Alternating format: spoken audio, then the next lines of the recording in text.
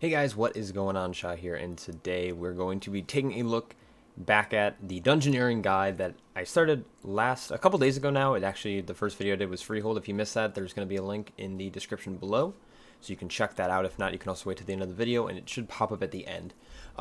So today we're actually going to be doing at a fairly difficult pull that I know a lot of people struggle with, the notorious Shadow of Zul in King's Rest.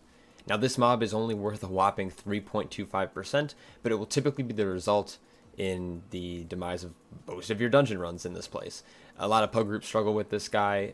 It requires a lot of effort, a lot of cooldown management, both on the offensive side and the defensive side. A lot of groups commit hero to it, and it doesn't feel good when you do all of that and then end up hearthing out once you wipe. So I'm going to be talking about how my group typically handles it and some big tips if you're a pug tank or someone who just enjoys pugging or doesn't really have a group to run with, what you can do to help your group successfully get this guy down. So let's dive right in. So looking at where we are in the dungeon right now. So this is towards the end of the dungeon. So we are actually finishing up with our very last obelisk. Percent should put us right at the 95% mark. We'll still need to actually go back for trash. It's the one thing I actually forgot to do in this route properly was we mispulled trash. But at the same time, I was also doing the most important thing a tank can do in a key is paying attention to cooldowns. So we're going to be looking here at our party frames. So I see that I'm running with the Demo Lock, a Shadow Priest, and an Outlaw Rogue. Outlaw Rogues and Shadow Priests don't really have any kind of ramp. They don't need anything to set up. The biggest thing that we're looking for is to see that Cooldowns, who's playing Outlaw, has his Blood of the Enemy, and Sacerdos has his Beam. Those are really their two big. He's at full insanity, so he's ready to go right out of the gate going into big void form, and Cooldowns is doing what he needs to do. But again, there's not as many bigger cooldowns with these two classes. But on the other hand, we have our Demo Lock. Our Demo Lock has Tyrant. Tyrant is...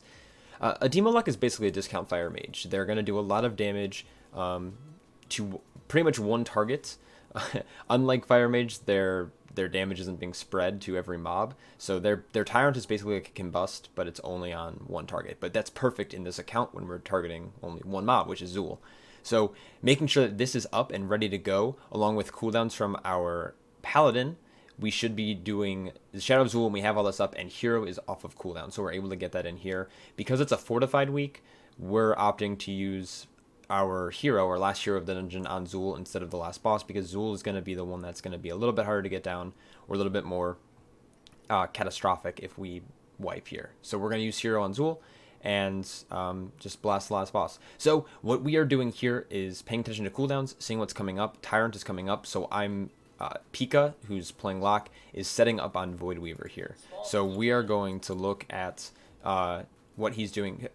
You don't really need to know what he's doing, but essentially what he's doing is he's ramping up to get as much imps as possible so he can have a really big Tyrant. So where it's going to go down here, he fully ramped, we're going to go in. I'm going to use Stampeding Roar, get us to Zul, and we're going to pull. Now, you're going to see that the first things that come out are Wings and Tyrant. We're also going to be heroing pretty much right away here. I'll pause the video when it goes out. So Hero goes out. We have Tyrant and Wings. Now this is the biggest thing you can do as a tank, especially in the pugging environment. Now obviously, because I've just mentioned I'm playing with the Demo Lock, I'm looking to capitalize on his cooldown and pulling around his cooldown. So that it's up, I'm pulling.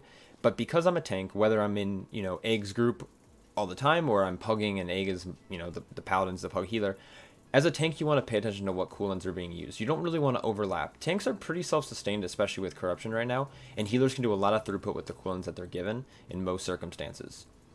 Because I say Wings pop both as an offensive and defensive cooldown, I'm going to ride that wave out a little bit.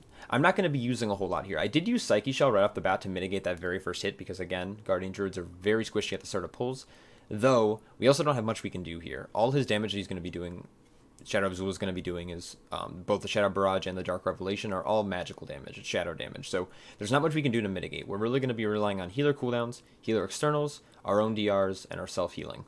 So Psyche Shell that helps mitigate some of that damage, and then I'm going to rely on his Wings to do a lot of the healing here. So Psyche Shell took a pretty big hit. Tyrant is going to be taking off chunks of this guy's health. Within just the first couple seconds of combat, he's already down to 65%, the benefit of running with a Demo Lock. So after that was used, I did pop Incarnation. Incarnation doesn't do much here, to be honest. What it does, though, is it does allow me to kind of get more mitigation up and have a little bit more passive healing.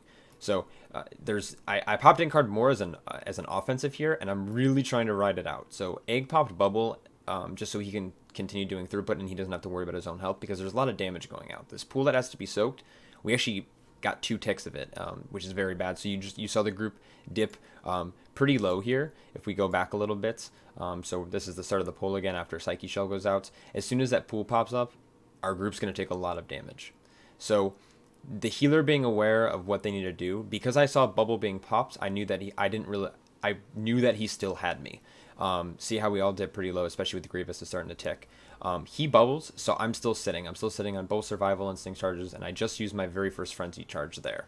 So as you can see, it's kind of hard to see down this corner, but Egg is pumping out 114k, and I'm pumping out 100k HPS. So a lot of healing required here. And then Vamp Aura is going to come out from... Vampiric Embrace, sorry, is going to come out from the Shadow Priest as well to help top some people off. He's also healing 30k HPS. So we use our second Frenzied stack right away. I see Hand of Sac come out on me, so it's still a sign that I'm not going to use anything here, because Hand of Sacrifice, I don't want to overlap anything. If I see that Egg is getting low because of Hand of Sacrifice, that's when I would start to, I would opt to use a Survival Instincts here. We still have 6 more seconds of it, and Zul is actually about to go down here. So this isn't the best video to show you, but honestly, it's one of the only ones I have. The biggest thing I wanted to show is, at first when I was thinking about making this video, I was thinking, okay, maybe I'll show you guys how you can use cooldowns effectively and rotate between the healer and them. But then I started to realize that sometimes you blow through Shadow of Zul, especially when the DPS is pulling 130k, 110k, and then another 80k on top of that. Plus the healer and the tank pulling 100k together. So the more damage you have, the faster this is going to go. But the biggest thing that you need to be aware of, and the takeaway from this, is knowing what cooldowns are up and who's using what in your party. So knowing that Wings is being used, knowing that Bubble is being used, knowing when Tyrant is going to be used, and Hand of Sacrifice, and different damage reductions, especially when my Priest is announcing that he's using Vampiric Embrace. Knowing all of this as a tank, or paying attention to all of it, is going to make sure you get through this pull. So at the very end here, this damage is still going to actually happen, so Egg then pops Aura Mastery. So I'm actually going to go out of bear form and start healing. So you saw me use Swiftman. I'm now casting Regrowths and Wild Growths on myself to try to help keep myself up. So this is a very difficult pull in the dungeon, despite it only being one mob. There were nerfs to him coming into Season 4, but honestly, the nerfs were very, very, very underwhelming. It was I think it ended up being I think it was a health, or a very small damage nerf. I think, if I remember correctly, it was a health pool nerf. But honestly, you can double this guy's health pool. I don't care. The damage is really overpowering, especially because it's all shadow damage. He doesn't melee ever. He's always casting a spell, so rotating cooldowns is going to be your best bet here. So, just to recap, pay attention to what is going on in your party. So, oops, went a little bit too far. But knowing who's using what. So if you see that your healer's struggling, having to run out with something, he doesn't have any cooldowns up, that's when you can start opting to use your own cooldowns there. So Survival Instincts is a great choice. Being careful with your Frenzied stacks. Also another good option if you're... It takes a little bit more coordination, but having another player in your group taunt Shadow of Zul for a few hits is also pretty good. So unfortunately, I'm not running with a lot of people who can taunt. The one person is Egg, and because he used Bubble during the pull, obviously that's not a good choice. But if you're running with a Rep Paladin, they can Bubble and then taunt for a few hits. DKs can taunt Icebound Fortitude and Death Strike. Warriors can obviously taunt Frenzied Regen if you're running with a Fury Warrior. There's a lot of options for your group to help mitigate that damage from the tank because it's all magical. But again, just pay attention to what cooldowns are up and being used, and don't overlap anything. And that's how you're going to get the Shadow of Zul down fairly easily to help you finish that key and get your IO score up. So I hope this video was a huge help. Again, if you did like this video, hit that thumbs up button and let me know what kind of pulls you'd like to see next.